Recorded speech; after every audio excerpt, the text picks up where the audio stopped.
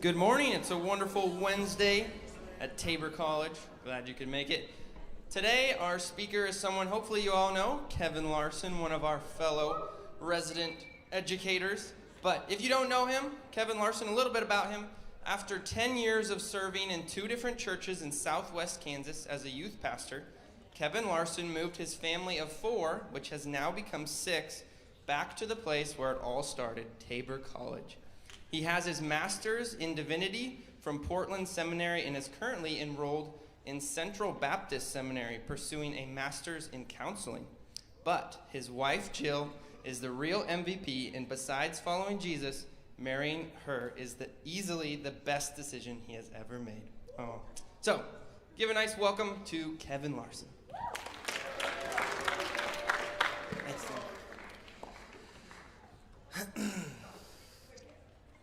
Good morning, everybody. The number 4,000 is a pretty big number. If I told somebody to count to 4,000, it would take them a while.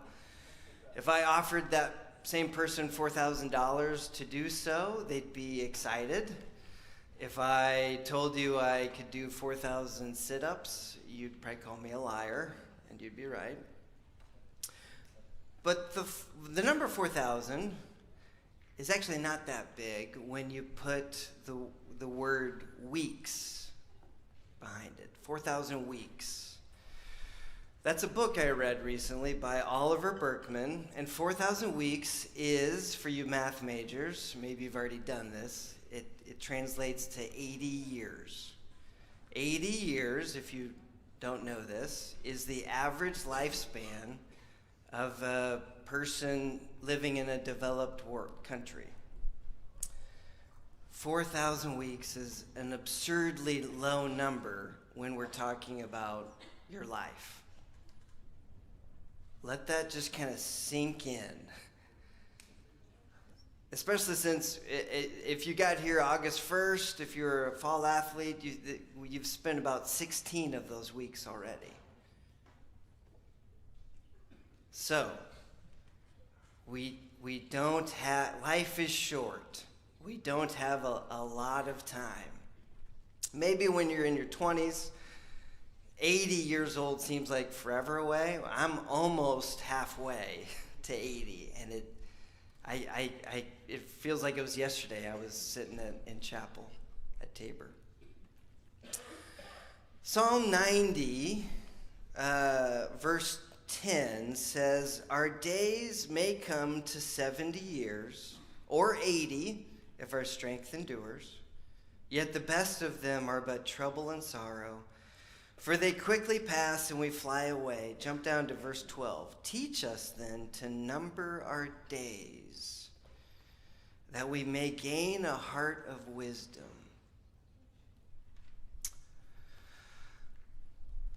Other biblical authors say in different ways how short life is. A lot of the metaphor that they use, especially in Proverbs, Psalms, it's life is like a vapor or a mist or a fog.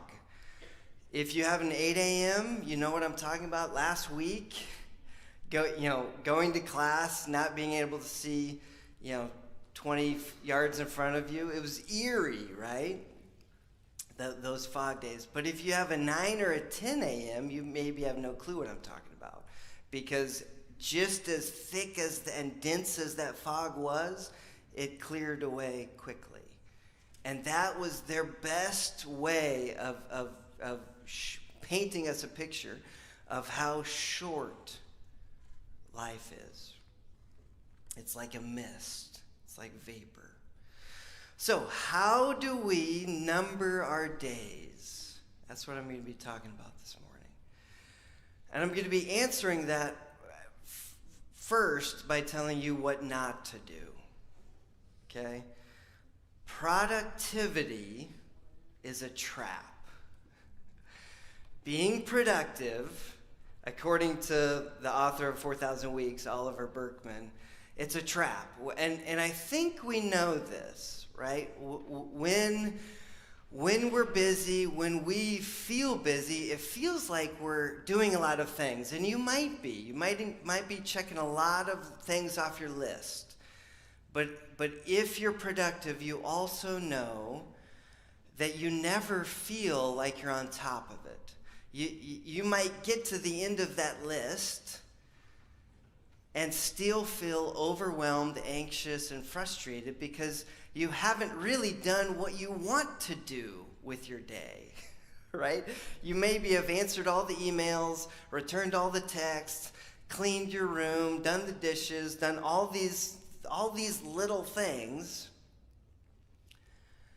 but you don't have contentment, you don't have peace, right? Because the next day you know that list is just going to be filled up again, and there's no such thing as a work-life balance, right? So what we try to do is we try to multitask. We do 2 or 3 things at once, thinking that will actually help, and that actually makes it worse. Because we're not doing anything great, and the time that we do have just flies by because we're checking email while we're watching Netflix and listening to music and eating all at the same time and not enjoying any of it. So productivity, feeling busy, if that's not the answer, if that won't help us appreciate the days that we have because life is short, I propose that the answer is actually doing the opposite. What I'm not saying is that there are life hacks and there are ways to be productive. And to, some people do all their cooking in 2 days for the whole month and I'm sure they save time. I'm not saying that doesn't work. I'm just saying if you want to really enjoy your life, you can do some of those things, but don't make the mistake in thinking that being productive equals a good life. Because at the end of your life, you don't want people to think the only thing about you is that you got stuff done. No, you want them to know that you enjoyed relationships and friendships and life, right? So the opposite of productivity is ceasing activity. It's, as counterintuitive as this sounds, to number our days, I think it invites you to, I guess a fancy word for it is meditate, or you could say being mindful, or you could just call it what it is, and for 5 minutes, don't do anything. And just be aware of whatever it is that you're feeling. If you're feeling anxious, let that come. Okay? If you're feeling angry, hungry, just let yourself feel whatever it is. And I'm not saying it's going to be easy, but I will promise you those 5 minutes won't feel like 5 minutes. Subjectively, you will be able to slow down time. And you might even enjoy it after some practice. Initially, it's going to be difficult. Because I can almost promise you one thing. The things that you were distracting yourself with by being busy and doing all of these things, when you stop, those things are going to bubble up to the surface. And that's okay. Maybe then you can name them. I'll never forget, right out of college here, I moved to Leota, I was a youth pastor, and I had a little beat up truck,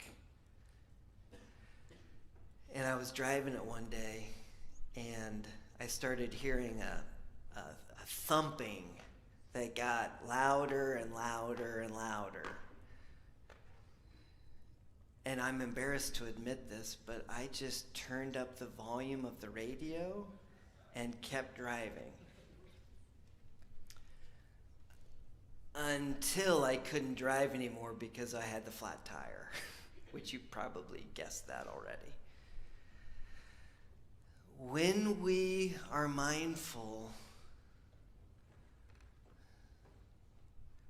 it's turning the volume down.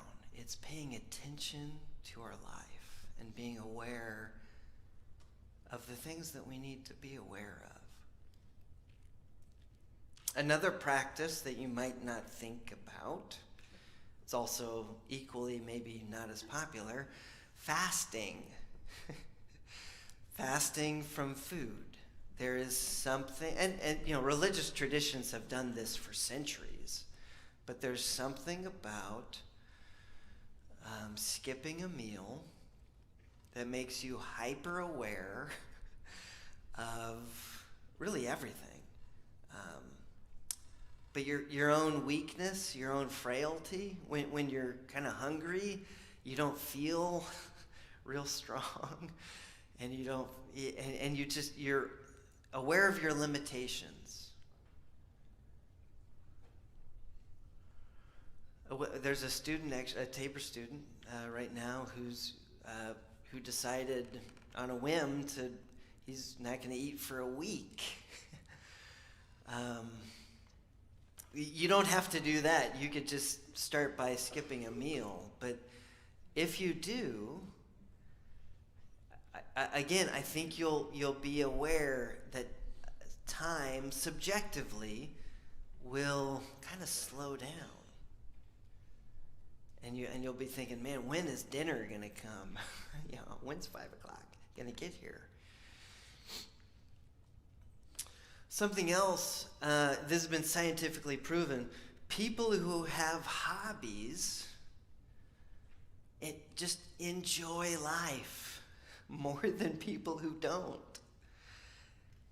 And I said hobbies, not side hustles. Again, in our productivity era, we can't just have a hobby. We've got to turn it into something worthwhile, right? And I don't want to poo-poo the side hustle event that's going on.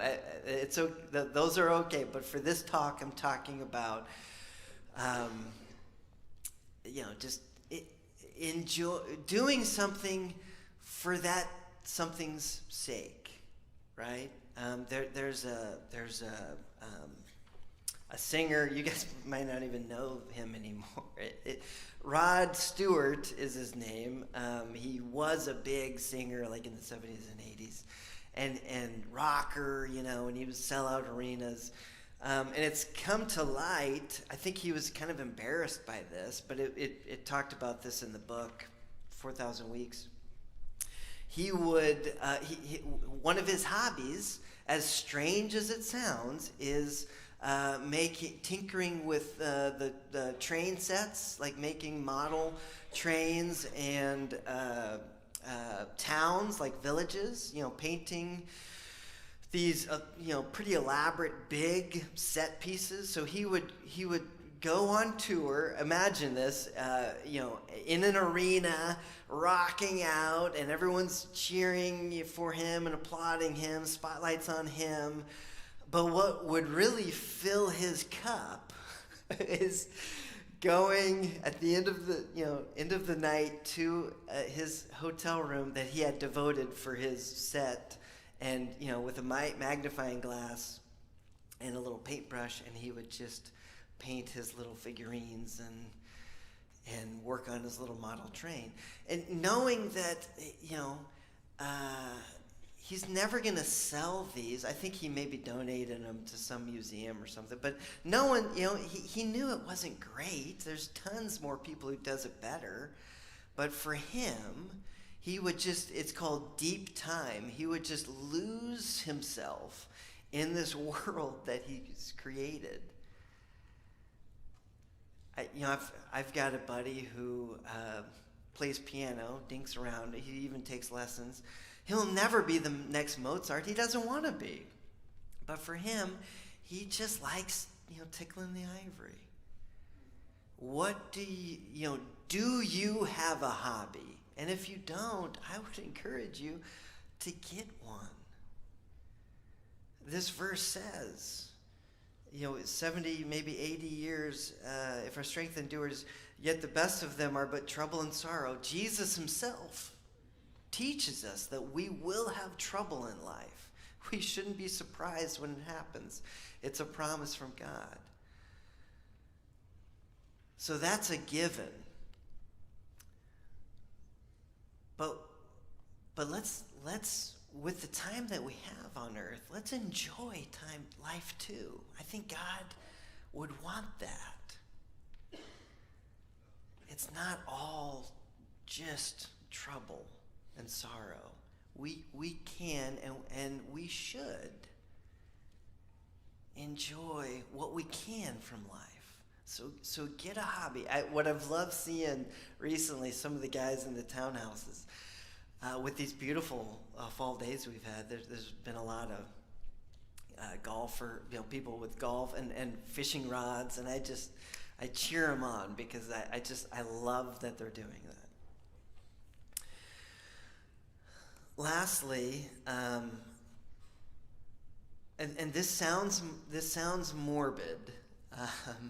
I get it, but I think there is wisdom to it, and that is practicing last things. For you seniors, you know what I'm talking about. Many of you just experienced your last football game or your last soccer game or whatever. As a college student, your senior year is filled with lasts. If you went to bingo last night, that was your last Tabor College Big Prize bingo. We'll have your last winter formal coming up, last spring break. It's just, that's what it is. For freshmen, you're experiencing a lot of firsts, and that's exciting. For seniors, it's your last. And because I've done this work for 6 years now, I've walked with a lot of guys in these last experiences. Joe, he just had his last football game, and the weeks leading up to it, it really was kind of messing with him. And even though he got a concussion, he still, I texted him after the game, and he was just like, it was great. It was a great game. And that, I remember my last cross-country race. I'll never forget it because it's just so, I remember laughing. I remember crying at the end. I remember, just being heartbroken. Because I didn't reach the time that I wanted. But in that moment, in that race, in that game, you're just hyper aware of each passing minute. And it's almost like it's just a weird moment to live your lasts, right? And I think, and Oliver Berkman, the author, thinks that there's wisdom in living each day as if it's your last. And I know that sounds cliche, but seniors, I think you can maybe understand what I'm talking about. And for you, those of you who aren't seniors, just try to imagine, because we don't know. We don't know when our last day is. We know, facing our mortality. It's if you've been to a funeral, you know that feeling. It's hard not to go to a funeral and not think about when we're going to be the ones in the coffin. Right? It's facing our own limitations. And as I've been practicing this, it really does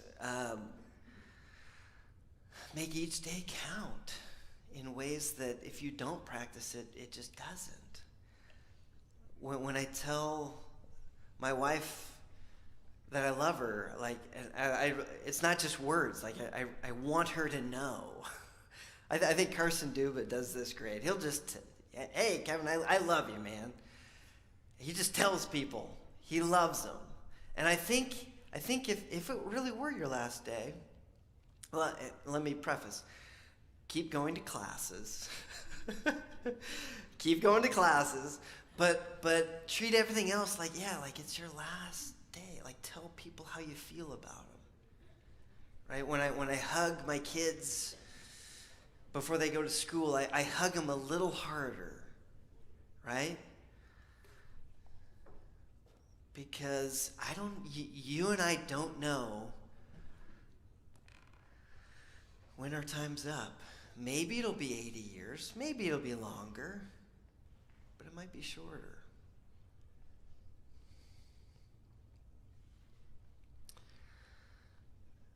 Every year I try to sneak into SP&D at least once, and every time I end up crying. And several people have noticed and they, Kevin, are you okay? But I cry, probably why I cry would surprise them. To me, there's something special about a church that's right next door to a cemetery. Churches don't make them like that anymore. But the historic church is right next to that cemetery. And to get to the church, you have to walk by those tombstones. Or you at least have to see them. And as I'm singing with the other students, it's hard for me not to look out the window and see those tombstones. And that just jettisons my thinking into, these, maybe not all of them, but some of them maybe are Christians, and they were singing maybe in this very church that I'm singing, and they're with Jesus now in heaven, maybe singing the same song that I'm singing now, right?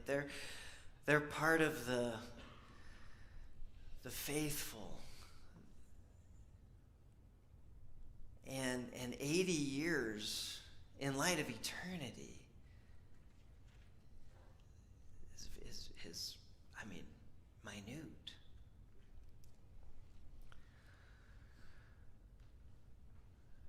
And so, yes, one day you can be in heaven living with God. And that's all determined by the choices you make in this life that you have. So in this life, the choices that you make, how you spend your time, have eternal consequence.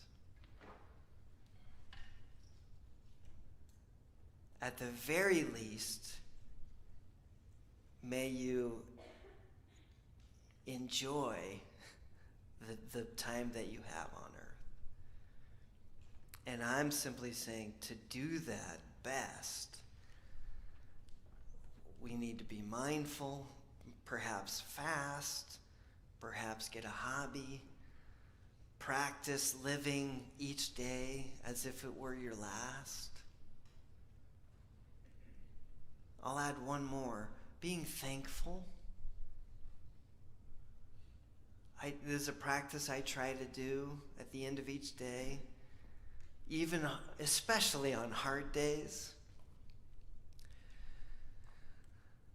I try to be thankful because it's impossible to be thankful and anxious at the same time. Scientists have actually hooked up brains to scanning, and the part of your brain that lights up when you are thankful, is a different part when you're anxious, when you have anxiety. So, and your brain can only do one thing at a time. And so when we're thankful, it focuses us on things. And we can turn and thank God for. I want to end with a poem by Mary Oliver called The Summer Day. Poetry is another great thing to read if you want to slow down time. It's called The Summer Day. It's short. Who made the world?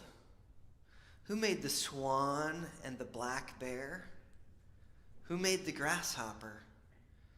This grasshopper, I mean, the one who has flung herself out of the grass, the one who is eating sugar from my hand, the one who is moving her jaws back and forth instead of up and down,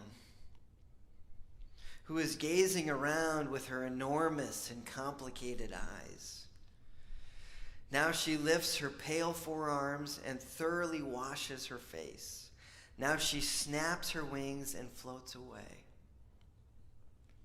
I don't know exactly what prayer is. I do know how to pay attention, how to fall down into the grass, how to kneel in the grass, how to be idle and blessed, how to stroll through the fields, which is what I've been doing all day. Tell me, what else should I have done? Doesn't everything die at last and too soon? Tell me, what is it you plan to do with your one wild and precious life? What is it you plan to do with your one wild and precious life? May you truly number the days that you have. May you make choices with the time that you have that echo into eternity.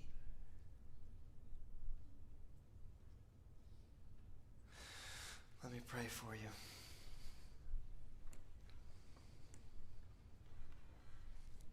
Jesus, author of life,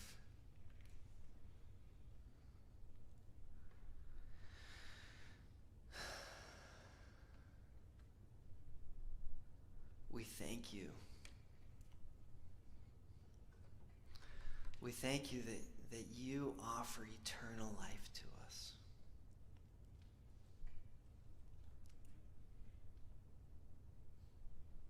Help us, Lord, as we face our mortality. Help us not to be afraid of it, but help us to live with courage the days that we have. Not knowing how many there are, but trusting that they can be filled with goodness, love, and purpose because of you. In Jesus' mighty name we pray.